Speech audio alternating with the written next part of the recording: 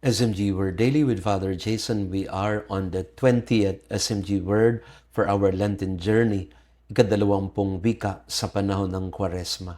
At pinili natin ng wikang Griego na dektos. Ang ibig sabihin ay accepted, welcome, receive. At hindi ito natanggap ni Jesus sa kanyang mga kababayan. Sa ating ebanghelyo ngayon, nagbalik si Jesus sa Nazareth kung saan siya lumaki, kung saan siya kilala ng mga tao, pero hindi niya natanggap ang dektos. He was not accepted and welcome. At sinabi rin naman niya ito na walang propetang tinatanggap sa kanyang sariling bayan.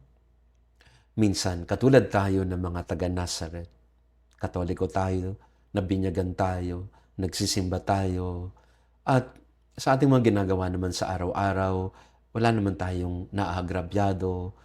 Sabihin natin matuwid tayo at maayos na tao. Pero may kulang. Iyon ay ang pagtanggap kay Jesus. Hindi pa tayo nakakarating sa punto na tayo ay may kabukasan ng puso sa Kanya para yung Kanyang mga sinasabi, Kanyang mga tinuturo ay maging bahagi na rin ng ating buhay, ng ating mga desisyon sa araw-araw. Dektos, tanggapin mo si Jesus. Buksan mo ang iyong sarili para gabayan ka niya sa pang-araw-araw na buhay.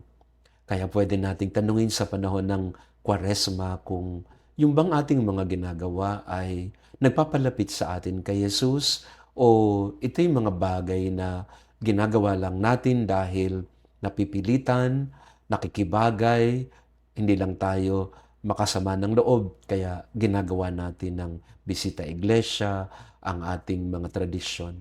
Pero meron bang dektos sa puso? Meron bang pagtanggap at pagbubukas ng sarili kay Jesus?